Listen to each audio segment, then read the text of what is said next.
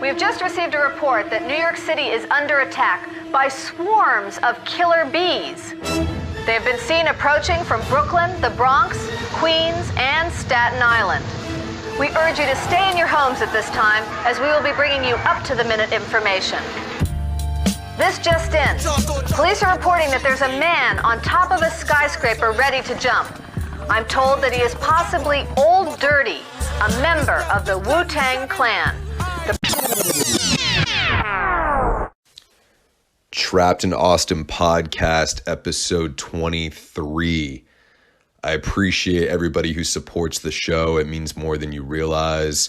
I had the privilege of interviewing CK Chin on this episode. We had a great conversation. We talked about everything from his ascension into who he is today and the entrepreneur that we know, from movies to music, all the above, man. It was a great conversation.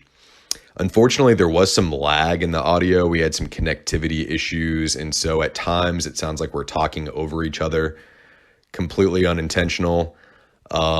Regardless of all that, man, it was a great conversation, and I thoroughly enjoyed talking to him. Super inspiring guy, by the way. His actions match his convictions for sure. But I hope everybody enjoys the interview, and just wanted to apologize for the technical difficulties. Trapped in Austin podcast.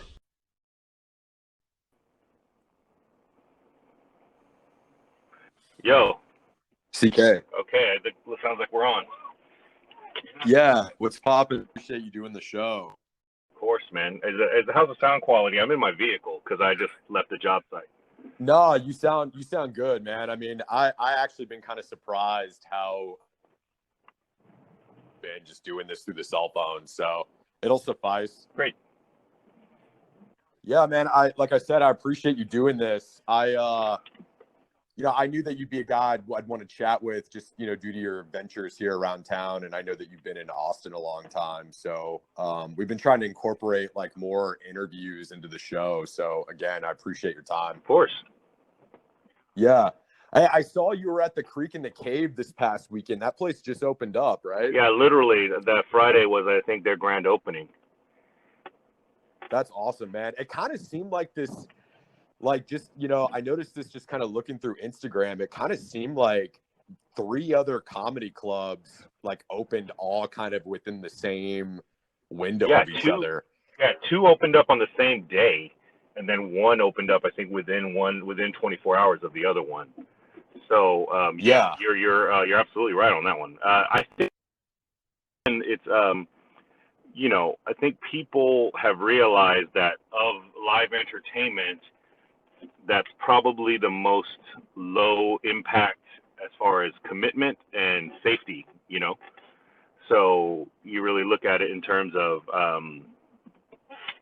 in terms of what you can do as far as throwing concerts. It's hard because when you do a show, like I was talking about, when we're talking about safety standards as far as what we're going to end up trying to do from here on out, it's like the problem with live music is that no matter what, even if you did limited capacity, even if you did 30 people instead of 100 people, those 30 people are going to slam themselves up to the front of the stage, Right. So it's not about capacity. It's about psychology, right? It's not about how do you keep people from doing what they've been doing forever? It's ACL, let's say they sold 1/3 of the number of tickets that they did at ACL versus normal. It doesn't matter, because those 1/3 of people are just going to slam to the front of the stage and mush up on top of each other, right? It's just because that's just the nature. It will just be empty walkways. But the psychology of everybody is that, we want to get close to the stage. Whereas comedy, I think you grab a seat to listen to some comedy, you're just, it doesn't matter where you sit. You're just going to sit there and enjoy the show. And so I think that people have figured that out, that is a live entertainment that doesn't require that, whatever that can kind of tread that line, ironically. And there's no equipment. You got a guy and a microphone. That's it. Dude and a microphone. That's all you need, as opposed to backline, sound guy, all that junk. So, yeah, it seems way less overhead with comedy. Yeah, well, I mean, you think about it. Yeah, think about the profitability of a comedian that comes through is just It's huge. Yeah. So. One of the really unfortunate consequences of COVID for me was seeing Cap City Comedy Club kind of dissipate. So it's interesting to see kind of, these other venues kind of come to life. And, I heard that maybe they're going to be putting Cap City in the Domain. I haven't really got any confirmation on that. I think they're going to revamp it somehow. That'll be interesting because I live kind of more in that part of town. So I think it's cool that, that they're going to try to kind of spread the love, so to speak, and kind of have different options around town for people to go out and enjoy.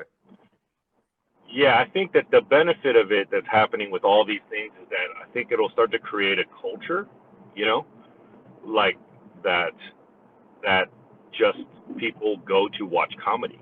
It just doesn't. It's something that I don't think was within our kind of zeitgeist, that what we did as a community in Austin. Yeah. And only we treated it like a concert, like only when Dave Chappelle came in, or a larger name, a Silverman or a Brian Regan or somebody, it becomes kind of like a live music culture, right?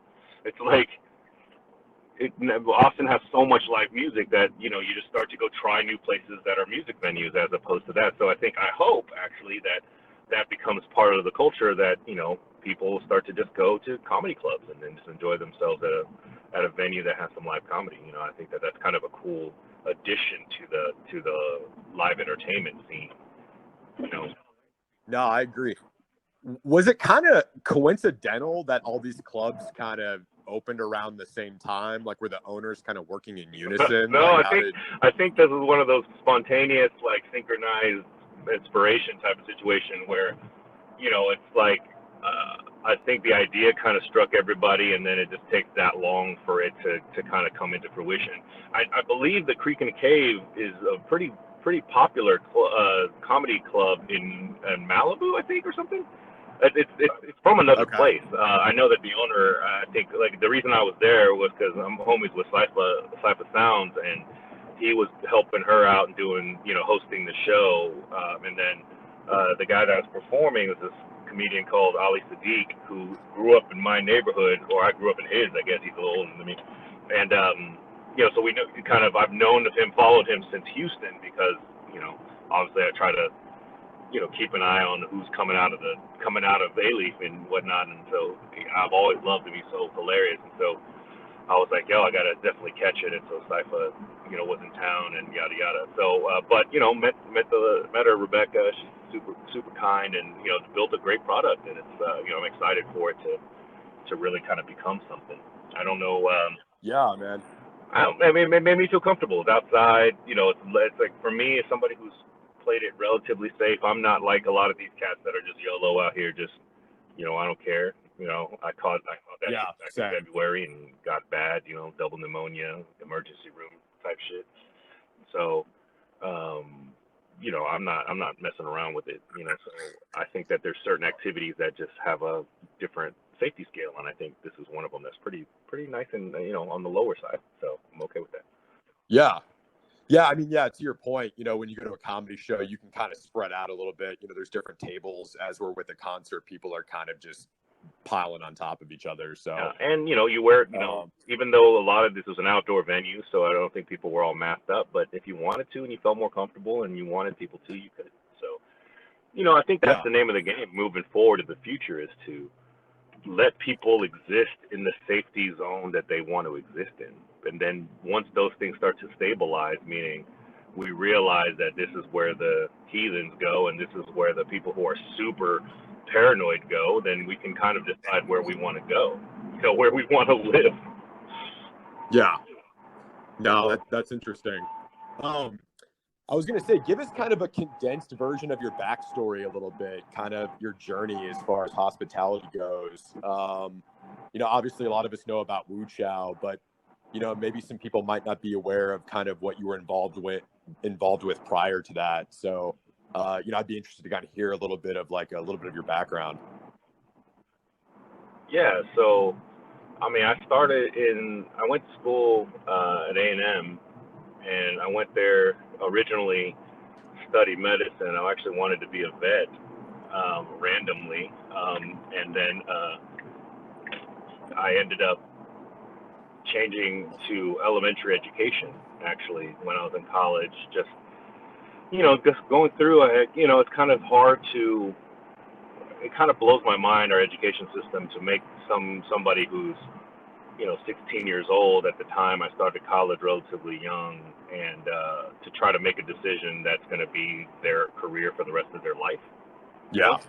I think it's strange to me that we have that type of philosophy that we're like, you're not old enough to make a decision like drinking beer, but I'll tell you what, why don't you make a decision on what you want the career for the remaining 60 years of your life to be, Yeah.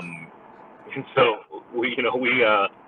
I went and I had this dream since I was probably 5 or 6 years old, and I just held on to it, not thinking, kind of filled that blank in, and then got there, and I was like, you know what, I should do a little bit more research. I even, picked a major, biomedical science I was going into and everything, and then went to go work at a vet clinic over the summer, and I was like, this is not my vibe at all. It's not what I was looking at. I think if I had a better guidance counselor, they might have realized I wanted to be more like a zoologist or like a zookeeper or something. I just had a fascination with animals and stuff. So Yeah. anyhow, what ended up happening was I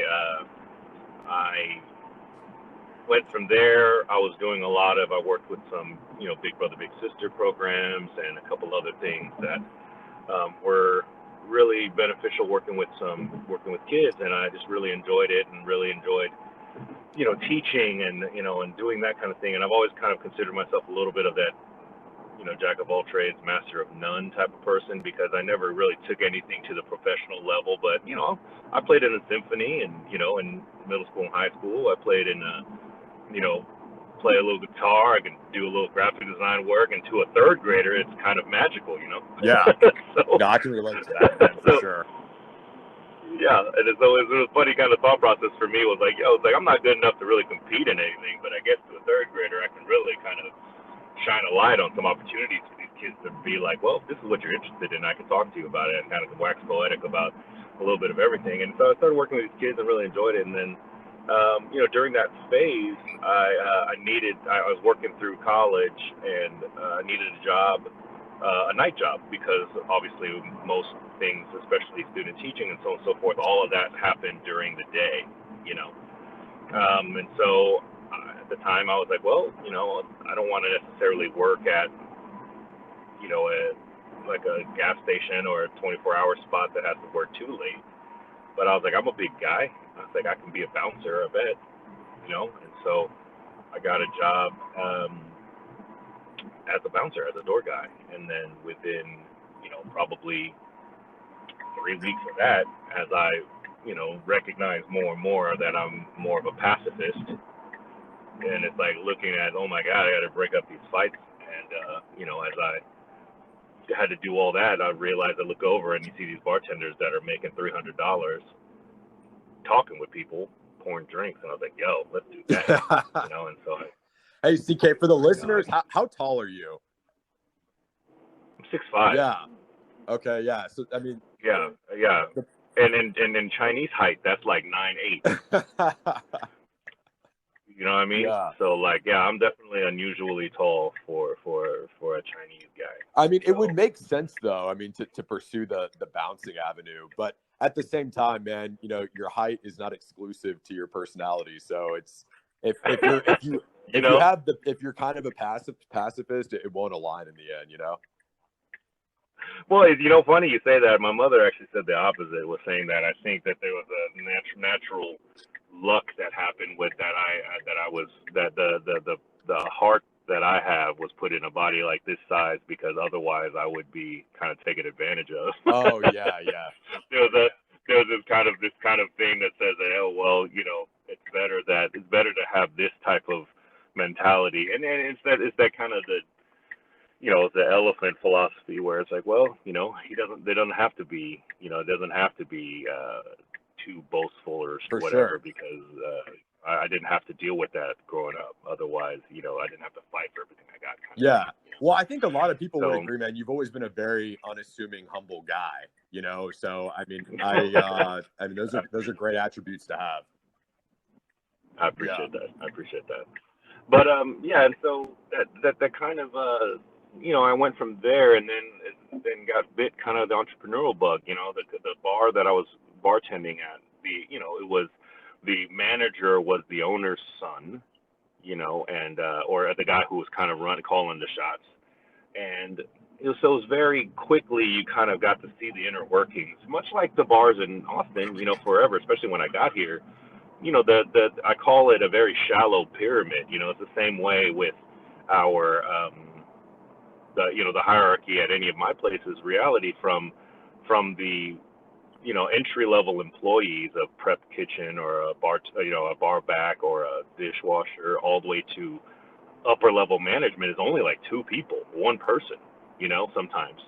And so, you get to really try to understand that if you can kind of spread yourself out, educate yourself on how this system works, you can kind of see yourself sitting in that chair for somebody who has that mentality, And so, I got there, and I remember we were running the club, and they were running some ads in the kind of the school newspaper and the college newspaper, and then in the local newspaper and the magazine and stuff. For your listeners that are not my age, there used to be a paper document that people used to read stuff on, called the newspaper. I have to grab them, so that's what they're talking about. We post ads in them, because holy shit, I can't believe that people, what is that nowadays? It kind of blows my mind that the print advertising, how it lives now, but the ads were bunk. They were like made out of like garage sale level, hand drawn sometimes, Microsoft Word, Comic Sans type stuff, and I was like, yo, I want to be proud of where I work. Do you mind if I take this over? I was like, I'll make these ads for free. I said, the only rule is I don't want you to have any feedback on what you want on these ads, because I'm not feeling the vibe that you're doing, And they're like, yeah, please. And so I took over. I kind of taught myself graphic design and made flyers, redid our logo, and did all that stuff. And then, next thing you know, one of the managers aged out, as we call it, in the college city, where they just graduated and moved on, took over as management. And I kind of fell in love with the hospitality business. I just love the networking, and it's like that metaphor of like a watering hole, where literally all walks of life really inexplicably come together, which for any other reason beyond that of food and beverage, there's no reason, or entertainment would have to be in the same room together. Yeah. And so it's really cool. And so that's what kind of, made me kind of fall in love with that industry. Yeah. Remind me again, man, because I know when did you move to Austin again? What year was that? 2002. Okay. No, sorry, 2004. 2004 okay. is when I moved to Austin, and I started at the place called the Fox and House, okay.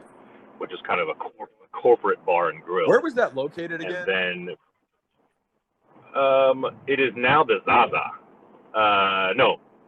I think the Zaza reaches that far. Yeah, it's now the Zaza Hotel. Okay. But it was on the other back end of Zaza, button up against Guadalupe. Man, that was back in the day. I knew I recognized the name, but I was trying to envision the location in my head. It's been a long time since I've heard that name.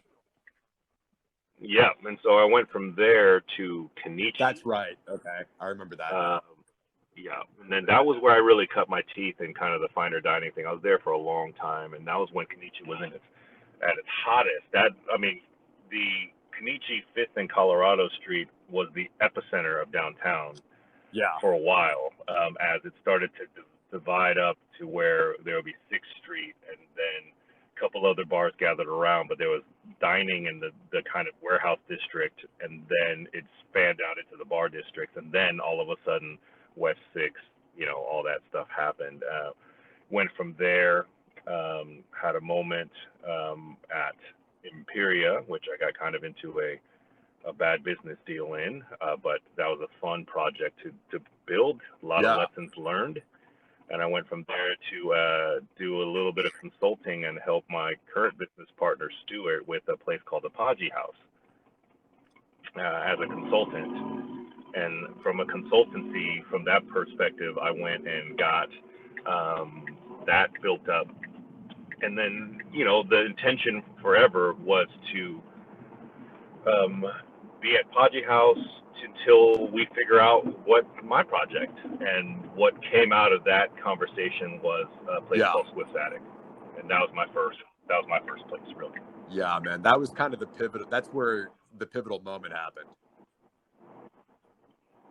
Yeah, I think that you know, it was a good proof of concept, as it were, for me, meaning if I really knew what I was talking about, or if I was just kind of faking the funk, you know, like I you know, Kenichi was an established place. I took it from, you know, one level to the next level. I think, you know, I went there and we grew by 15-20% year over year. I think the first year we actually grew by even more than that.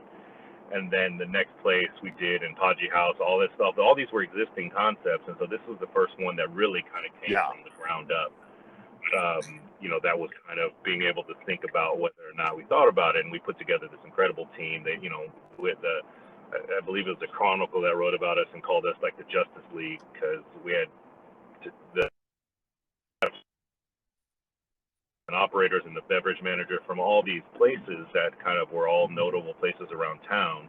So they were kind of like, you know, how could this place not be good? All these people that are involved with it are all great at what they do, you know, and thankfully it wasn't too many egos in one room, and we all came together with this really dope product. And, you know, thankfully we survived, you know, COVID, and it's still, you know, or at least the lockdown, and we're still trying to figure it out, but we're still there. We're still I remember, you know, when Swift's later. Attic like first opened, man. I mean, that and correct me if I'm wrong on this. I really feel like Swift's Attic was kind of before its time, and I think that's what made it so I think polarizing, is because, I mean, you see this a lot for now. Sure. You know, the restaurant world and hospitality is smaller, more intimate settings, you know, kind of the low lighting, the really interesting artwork on the wall. I mean, it's kind of, we're ahead of the curve with that. At least relative to Austin. Yeah, I would go for it. Yes, exactly. I remember everybody's write-up in the beginning was like, you walk in and you don't feel like you're in Austin anymore. And I was like, I don't know if that's good for Austin people to hear, you know, but I kind of, you know, I understood. It was definitely, you know, a little bit more, it was more compressed, and the lighting was really low. The food for us was, you know, we landed on food.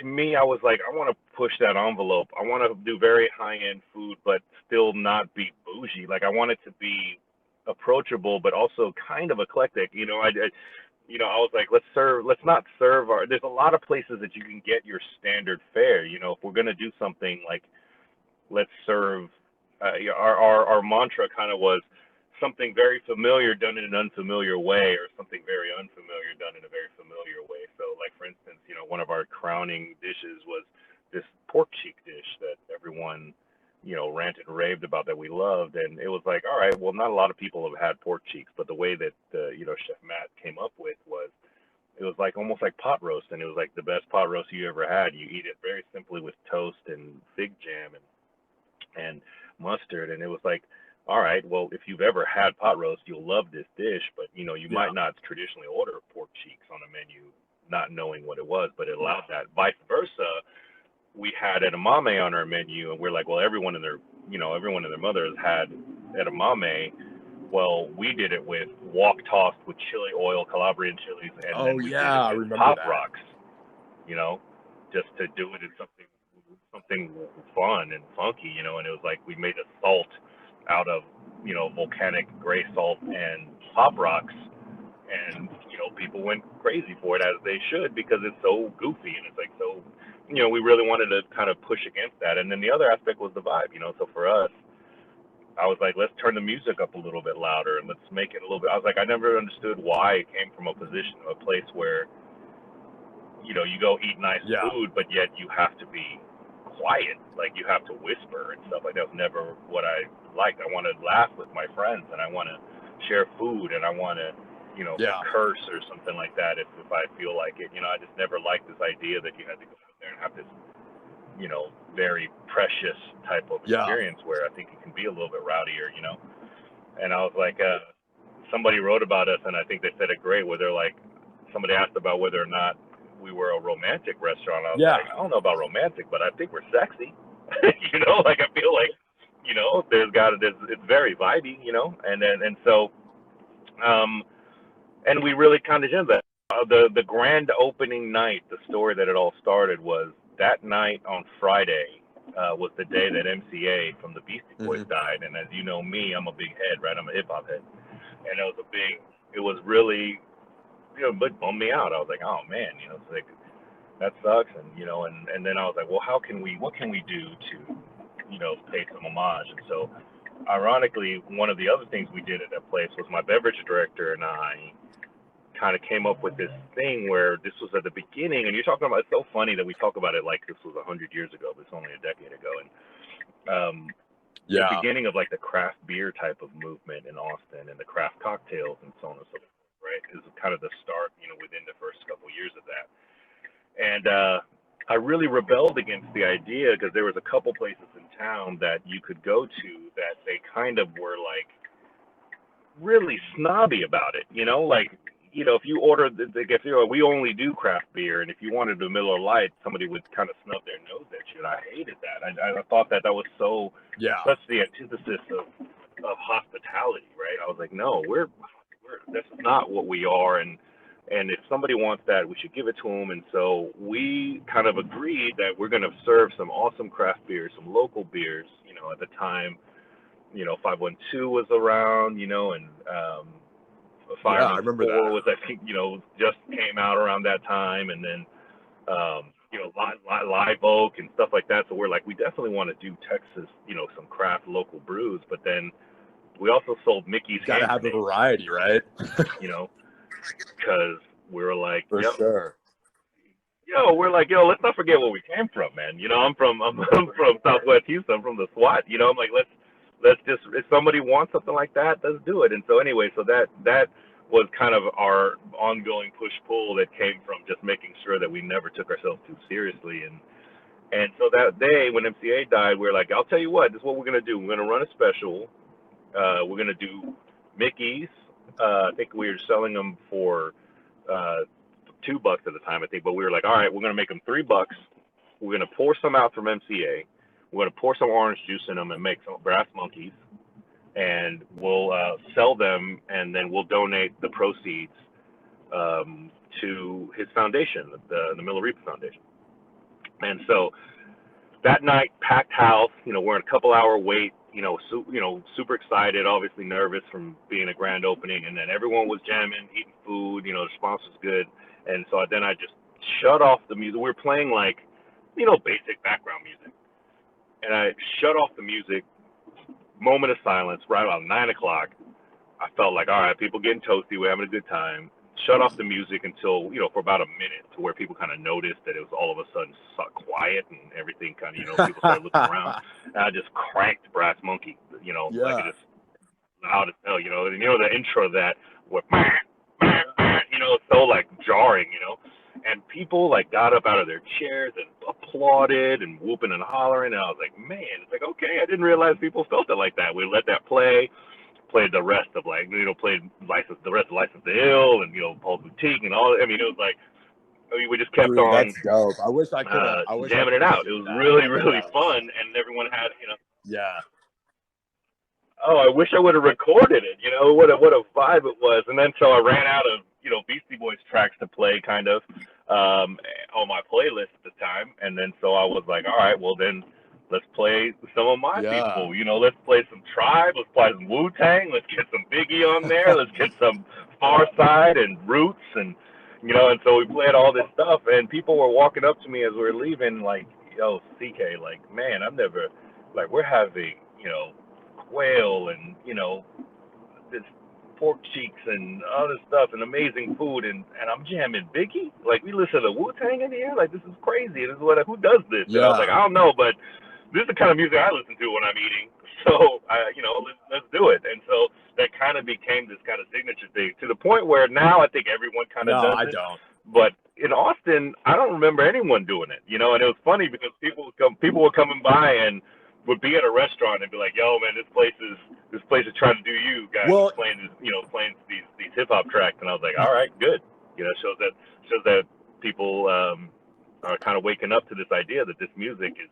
Yeah, more well, than I mean, just, it's interesting. It's like, the whole, car, you go into a lot of places now and you hear a lot of cocktail lounges, maybe a lot more like smaller boutique type restaurants. And they're playing a lot of lo-fi in the background, which to me is just kind of a subsidiary. It's like part of that lineage of that 90s boom bap hip hop. So, but yeah, I mean, I had never really heard that in like a setting in Austin before.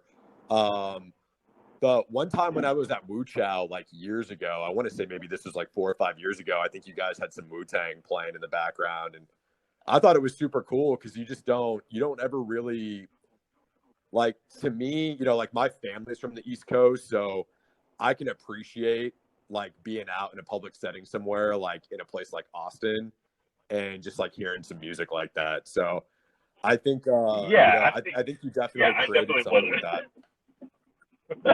I mean, I think the main thing about it was having the kind of wherewithal to not be scared to have a curse word every once in a while, or it's just kind of like, I think there's this thing about trying to be proper, and I was like, again, if we're looking for people, like, I'm okay with going after an audience that appreciates this part, as this aspect of it as an art as well, obviously, it was a big deal for me growing up. WuTang was a huge part of my childhood. Growing up in a in a situation where hip hop culture was so strong, and then all of a sudden, I remember listening to the radio and hearing these Kung Flu clips, and I'm like, "Yo, what is this?" And then it's just such grimy, these beats that were just so different, and you have 8 rappers with no chorus. I mean, it was the craziest thing I've ever heard, and so it's so weird to me that even though was so monumentally life-changing to somebody who would consider themselves a hip-hop head, that to the general public, people would consider that not mainstream or not proper, you know? And I'm like, I don't get it. Like, that just doesn't, that doesn't compute for me. And so it's funny because I just, and I even felt for that, that situation myself, meaning I didn't open up the place playing that. I was just doing it out of homage and, respect for MCA. Yeah. But then, I just took a shot, Yeah. I heard the people clamoring for it, and I was like, you know what? Like, I don't care. Let's do it. And then boom, we did it, and it was very well received. And so, yeah, I mean, when you say that it's background music, for me, it was, let's not make it background. Let's make it part of the experience. Yeah. Let's turn it up one notch to where we're not screaming at each other because we can't hear each other, but at the same time, I want you to know what song I'm playing, and I want you to remember where you were when you first heard this song, and why this makes you happy also, or why you like this as well. Yeah. Like I was like, that's part of the experience to me. It's just as much of as important as the lighting, as the meal, as the service. I want all that all together, as opposed to, as if there's any part of the restaurant dining experience that you can say is not as important as the next. Yeah, man. I mean, I think, incorporating music into, it's all kind of all encompassing as far as the experience goes. And I think the reason why it works for you is it's like, you're just being authentic to who you are, and it's getting exemplified through your passion in the venues that you open up. So, I mean, it's kind of an old cliche, but I do think sometimes if you're just true to who you are, man, it works. Because, like you may not have listened to 90s hip hop growing up, or maybe they're not too familiar with it. It's like they're getting to kind of experience it maybe for the first time inside of one of your venues. And then it's, they're always going to remember that. It kind of becomes like a movie in their head. Yeah, and exactly. Yeah, and especially, and I'll tell you what, you can, and to counter that also, when it started becoming a little bit more trendy, and you go to a restaurant that's doing it, and you can tell that that vibe doesn't match. Yeah. Because those people didn't grow up listening to this, or this is not the stuff that they like. So the tracks that they're picking, like there's some people out here that, that are listening to the music that I'm playing, and then it's in there going, oh man, there's some Del the Funky Homo Sapien on here. There's some, Deru. There's some, some deep cuts of some of this, Helter Skelter type. You know what I mean? Like there's a lot of these more stuff that I think that you didn't have to necessarily come across because it didn't hit top 40 in the mainstream side until later. And I think that, knowing that, and you can kind of scan across the room when all of a sudden somebody's eyes light up because they hear, a B-side of a Tribe Called Quest track, rather than necessarily, while I, obviously, and then nobody ever saying anything about can I kick it, but it's just somebody lights up and goes, yo, I've heard this in forever, I haven't heard, why are you playing Bone Thugs on here, like, it's like it's just great. I really enjoyed that. It was one of my joys in the business when I scan the room every once in a while when a song that I put on there for my personal, like just like laughing at myself, kind of like, well, I remember this song and this track, I really loved it. And then I look around and all of a sudden you see somebody else, like all of a sudden like, oh shit, and you're like, oh, there it is. That's what's up, man. It's great. It's great. I love it. I was going to ask you about, let's talk about COVID real quick. Take us back to March 2020. COVID-19 is onsetting. You're obviously a prominent entrepreneur. What was going through your mind, man? I mean, are you kind of just like, was there this moment where you're kind of just sitting there and you're like, oh shit, like shit's about to be really fucked up? I mean, like, take us back to your psyche at that time. Man, I mean, I might be a little different than a lot of people, but my thought went out to the people first and foremost, because I was just nervous. I mean, a business is a business, and I think that somewhere in the back of my head, like, I've always kind of concerned or, always kind of ready for the business to fail. I mean, there's a lot of reasons why a business will fail. So I'm always kind of prepared for that, meaning I'm battling that battle every day. Kind of thing. So this is another challenge that I think that we would just have to learn how to deal with, hopefully. But I was just concerned in, our infrastructure and as a people, and whether or not we would turn against each other like a lot of us have. And I saw that writing on the wall kind of pretty fast, and it really, in my head, that's what really kind of encapsulated, like, how are we as a people going to survive this?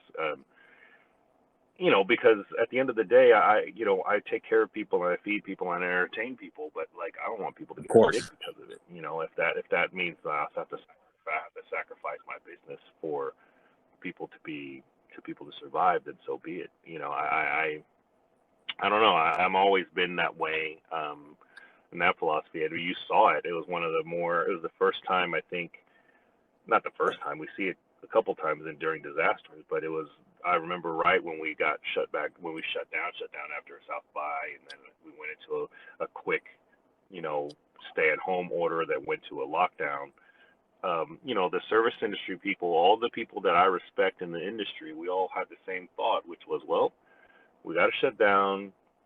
We're having the most difficult day in our lives when we had to lay off a gang of our employees, and all these people are unemployed all over the place, and we don't know what we're going to do. And so everyone started feeding people. It was one of the more inspiring things to see, is that people like Sean Serkiel over at, Olive and June was doing these Saturday markets where they would come out and cook food and bring out fresh pastas and stuff for people to do. And then we cooked up all our food that was going to spoil and made up meals for our employees to take home and then open it up to the public. And food trailers were feeding people in the East Side who lost their jobs and needed food. And, Minamoto was doing these little meal deliveries. And I mean, all the hospitality people really let their true light shine as in saying that, yeah, we're a business, but guess what? Our business is also essential Of to course. live, and really kind of jumped in and started feeding people because that's what we want. That's what we ultimately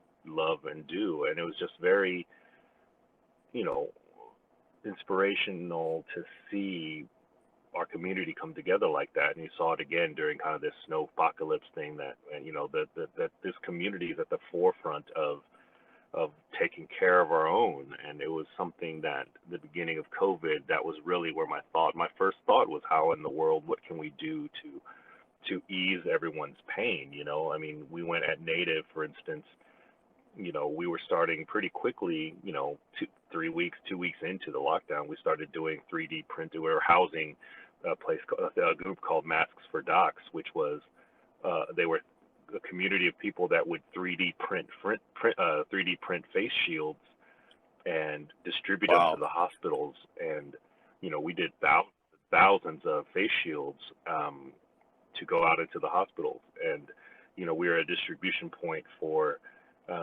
things like that. We also, you know, collected hand sanitizer to give to people. We also, with my other organization, with Hope Outdoor Gallery, I had raised a bunch of money for my birthday to start a children's camp. I don't know if you remember the concert that my boy Questlove and Kill from Incubus and Z-Trip, they all came and DJ'd my birthday party for charity, and we raised a bunch of money to start a children's camp for kids at the new Hope Gallery that we're building right now.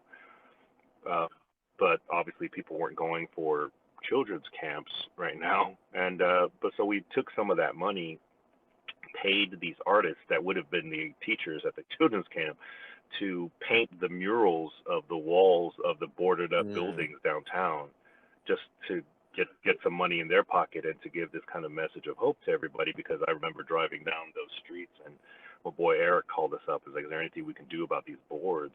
And I remember it was like, it reminded me of growing up in Houston and people boarding up their boards, boarding up their buildings for hurricanes. And it was this hopeless kind of Walking Dead vibe. And I was like, man, like, this is so depressing and sad. And how can we use this as a message of hope? And we're going to get through this. And, you know, and so we got all these artists together and did this mural program and painted up all these murals of some positive art, you know, and it was just great. And so to me, that's where my heart always goes in this type of stuff. It's like, you know, fuck the business. I've never started into this business to cash a check or to do anything like that. You know, if that make that a bad businessman, well then who cares? But for me, it's always been about how I can, what I can contribute to this community and what I can do to leave a legacy and to make my family proud and to look at myself and leave the place better than I found it. You know, that's always man. No, I completely respect that. I think it's hard to lose in life if what you do is with intention and you have like your end goal is to make a difference in some way. And I think a lot of people are inspired by a lot of the things that you've done. And so yeah, man, I mean, just keep doing what you're doing.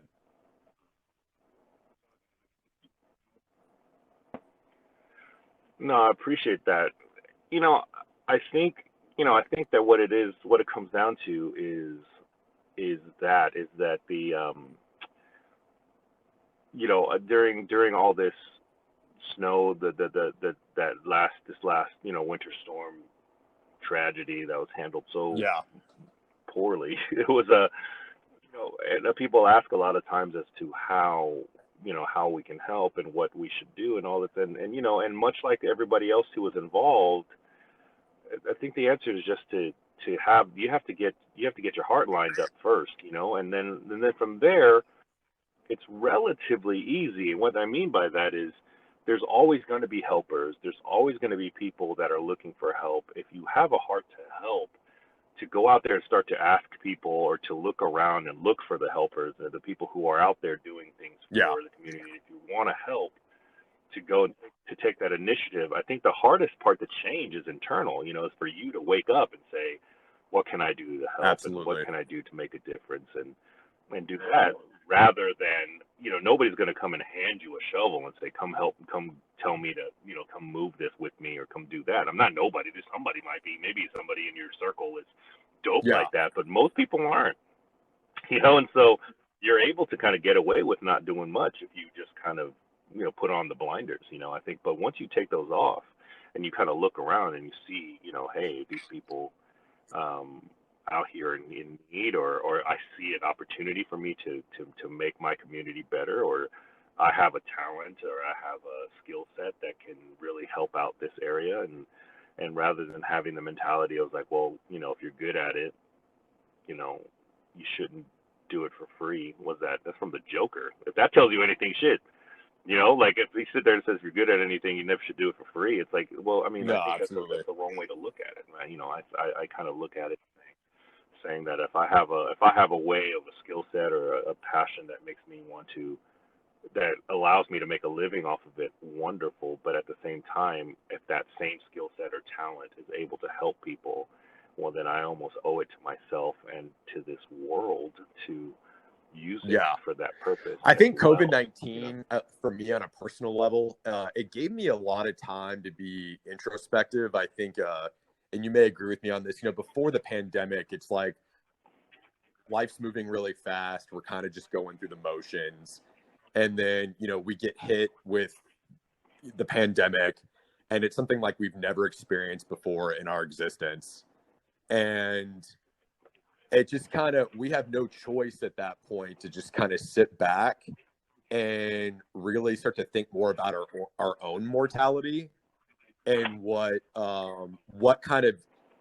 we want to try to exemplify into the world and what we want to do. So I think, this was a time, I think, this past year for growth, on a personal level, and at least for me. And I'm hoping that it has been for a lot of other people, because it was kind of one of those rare opportunities, I think, where we don't get a lot of time in life where we can kind of just get to slow down, spend more time with our family, be introspective, think about, our own mortality and maybe what our purpose is. And that is actually one of the things, outside of the tragedy, that is kind of one of a subsequent thing that happened for me from the pandemic, was just, being able to kind of appreciate the smaller things in life. And so I think because of that, it's even inspired me more to want to go out and help and donate more stuff and get rid of things. I mean, dude, I have tons of sneakers at my house I don't even wear. I couldn't tell you how many times I've just thrown them in my car, and I've just like driven around and just like handed them to people that I've seen on the side of the road. It's like, I don't want to sell these because I don't want to deal with, it's too time consuming for me to sell it, and I don't really want the money. So it's like, why not just go around and just, there's so much crap in some of our houses that, we don't even think about this, that we don't use. And it's like, think about how all the people out there that actually have some utility for this stuff and actually could use it.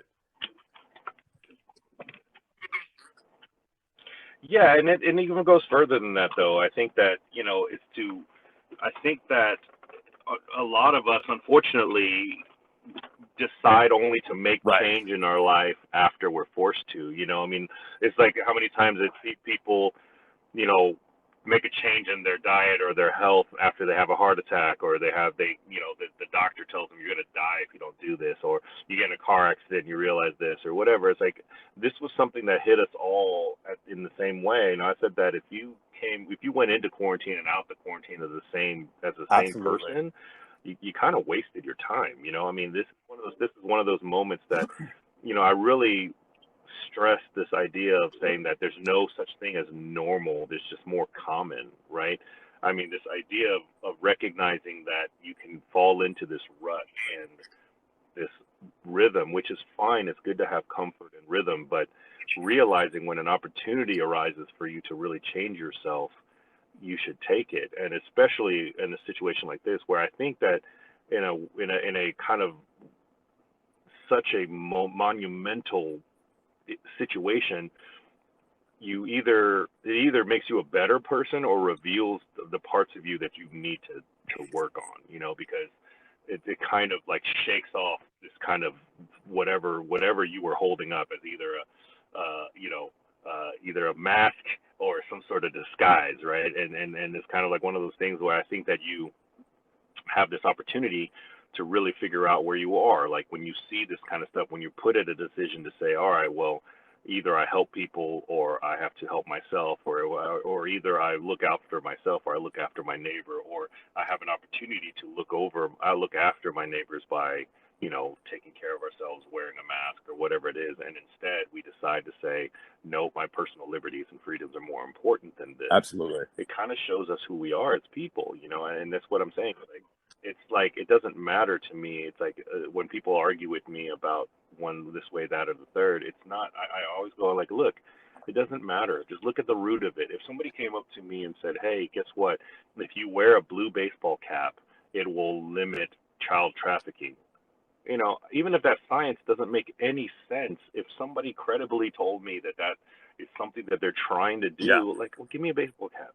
I don't care. Like, it doesn't matter. Absolutely. Like, to me, it's such a minor inconvenience, but instead you realize if you look at that and you see that inconvenience is really limiting to yourself and as your own personal liberties, and you say that, no, this is a slippery slope. The moment I do this and then they're going to make me do more, well, then that tells you about yourself. I'm not saying that's wrong. I'm just saying it should tell you the kind of, where you are in your priority list of saying that this is what it is. And so for me, this is what has really shown us about it. It's like, all this stuff that's happening, all these debates that we talk about think about over 2020, Black Lives Matter, Stop Asian Hate, police, defund the police, all these social movements, all this is happening because people are being put to a decision, and you're starting to realize that, oh man, I'm actually maybe closer to this side than I thought I was, or I'm closer to that side than I thought I was. And you have to kind of deal with the consequences of that, because people are starting to say, well, we're going to hold you to account, meaning either you're with us or against us. And it's very polarizing. And I think that that's the next phase, is for us to make space to realize that we are a community and that we are a people, and that we need to create the space in the middle again to where people can speak to each other and talk to each other about why we feel one way or the next, without treating it in such a tribal way. That, where we're like, hey, you're either with us or against us. And it's like, it's very hard, because we're talking about life and death. We're talking about culture. We're talking about people and then race and all this stuff. But in the end of the day, it all starts with us coming to some sort of agreement, unless we're just ready to annihilate the other part. You know what I mean? Because it's just like we're sharing a country. So, we have to kind of come to grips with that. And I think that's what this has all shown us, is that, well, we have to be okay with it or not, and so, so on the side, I've never been more inspired, and I've never been more disappointed in our people, so it's a very interesting time to be alive. I'm excited to look back on our history. Okay, what is your favorite movie of all time? All right, if you don't have a favorite, give me like three really good ones that you like. Man.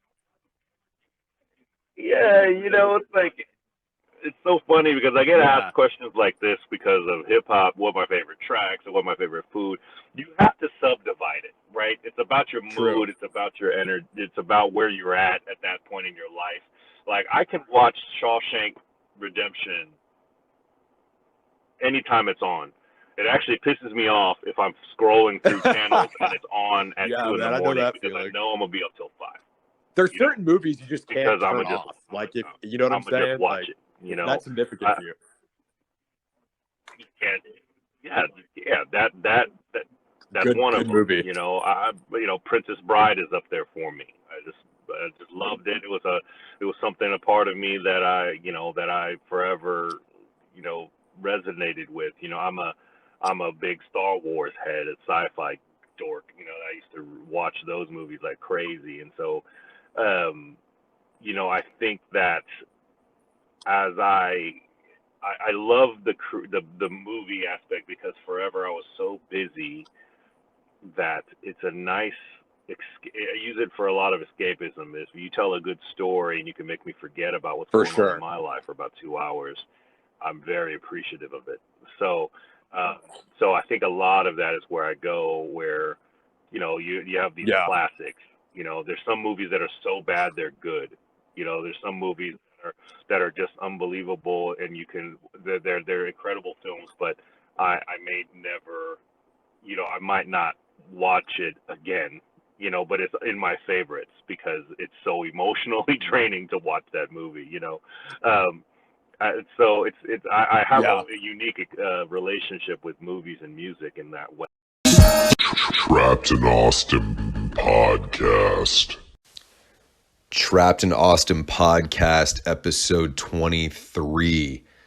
I appreciate everybody who supports the show. It means more than you realize.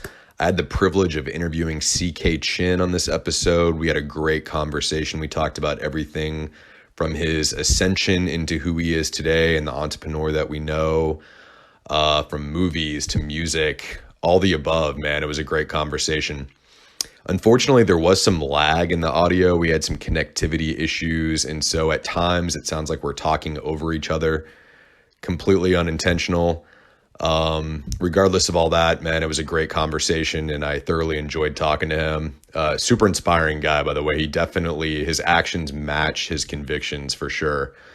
But I hope everybody enjoys the interview and just wanted to apologize for the technical difficulties.